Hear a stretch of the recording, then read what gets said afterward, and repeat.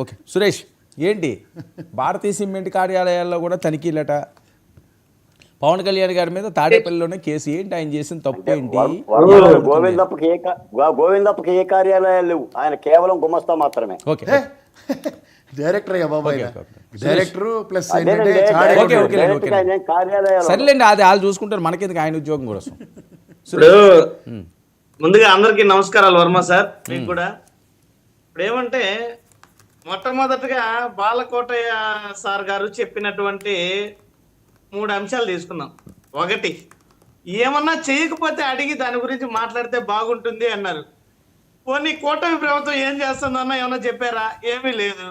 ఏమన్నా జరుగుతూ ఉంటే కదా మేము కూడా అడగకుండా ఉంటాం. మేము ఇప్పుడు ప్రతిపక్ష పార్టీలు ప్రశ్నించకుండా ఎప్పుడు ఉంటాయంటే, అవతల సమర్థవంతంగా పని చేస్తున్నప్పుడు మాకు మాట్లాడడానికి ఏముండదు, విమర్శించడానికి ఏముండదు, గుమ్మన సైలెంట్ గా మా పార్టీకి మేము ఉంటాం. మేము ఇంకో మాట ఏమన్నారు, కౌరవ సైన్యం తయారవుతుంది 18 లక్షలు అన్నారు. పెద్దలు మహాభారతంలో కౌరవ సైన్యం ఎంత? 11 అక్షోహిణులు. మీరు లెక్క ఒకసారి సరి చేసుకోండి, 24 లక్షలు 20 లక్షల పైచిలకు ఉండే కౌరవ సైన్యం. చిన్నవాణి నాకేం పెద్దగా సంఖ్య తెలియకపోతే మన్నించండి. రెండోది, సింగపూర్ కి చంద్రబాబు నాయుడు గారు వెళ్తున్నారు, అభివృద్ధి వరదలా పారి తీసుకొని వచ్చేస్తారు, ఆ నుంచి స్పెషల్ ఫ్లైట్లు అన్నారు.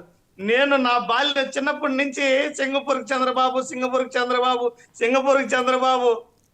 విని ఆ సింగపూర్ లో ఏమన్నా చంద్రబాబు నాయుడు గారు నేలమాలికలు దాచిపెట్టారా, ఏమన్నా పోయి వాటిని పర్యవేక్షించుకొని వచ్చుకుంటారా తెలియట్లే. కానీ మాటికొస్తే సింగపూర్కి ఎందుకు వెళ్తాడో అది ఎవరన్నా ఆ రహస్యం ఏదైనా తెలుసుంటే బాలకోట ఇలాంటి సీనియర్లు చెప్తే ఆనందపడతాము. అసలు సింగపూర్కి వెళ్ళి ఏమి సాధించారు చరిత్ర చూస్తే, చరిత్రలో చంద్రబాబు నాయుడు గారు సింగపూర్కి వెళ్ళి ఆంధ్రాకి ఒరిగింది ఏమన్నా ఉందా? ఆయన వెళ్ళడానికి స్పెషల్ ఫ్లైట్లు, దానికి కోట్ల రూపాయల ప్రజాధనం వృధా తప్ప సింగపూర్కి ఎప్పుడు చంద్రబాబు నాయుడు గారు వెళ్ళినా ఆంధ్రాకి జరిగినటువంటి ప్రయోజనం ఏమన్నా ఉందా?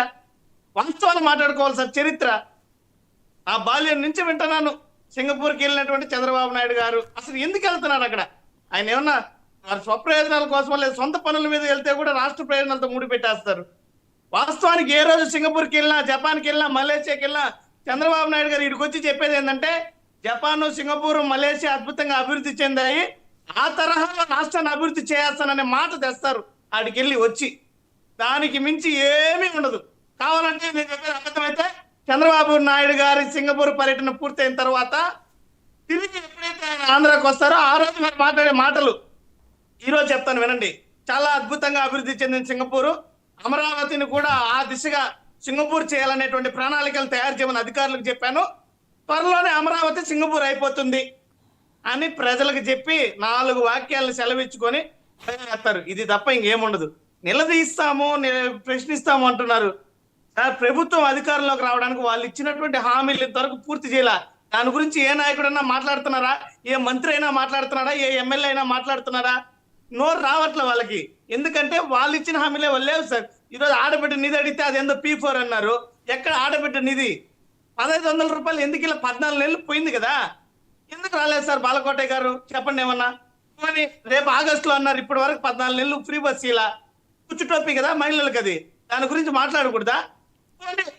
అలాంటి యువకులకు ఏదైనా ఉద్యోగం లేక బతుకుతున్నాం, 3000 వస్తే ఏదైనా నెల ఖర్చుల కన్నా ఉంటుంది అనుకున్నాం. ఆ 3000 రూపాయలు కూడా లేదు. నిరుద్యోగ భృతి కోట్ల మంది సార్, 2.5 కోట్ల మంది మహిళలు 18 సంవత్సరాలు పైబడికి వాళ్ళు 1500 రూపాయలు అందల. 53 లక్షల పైచులకు రైతులకి అన్నదాత సుఖీభవ 20,000 అందలేదు. 20 లక్షల ఉద్యోగాలు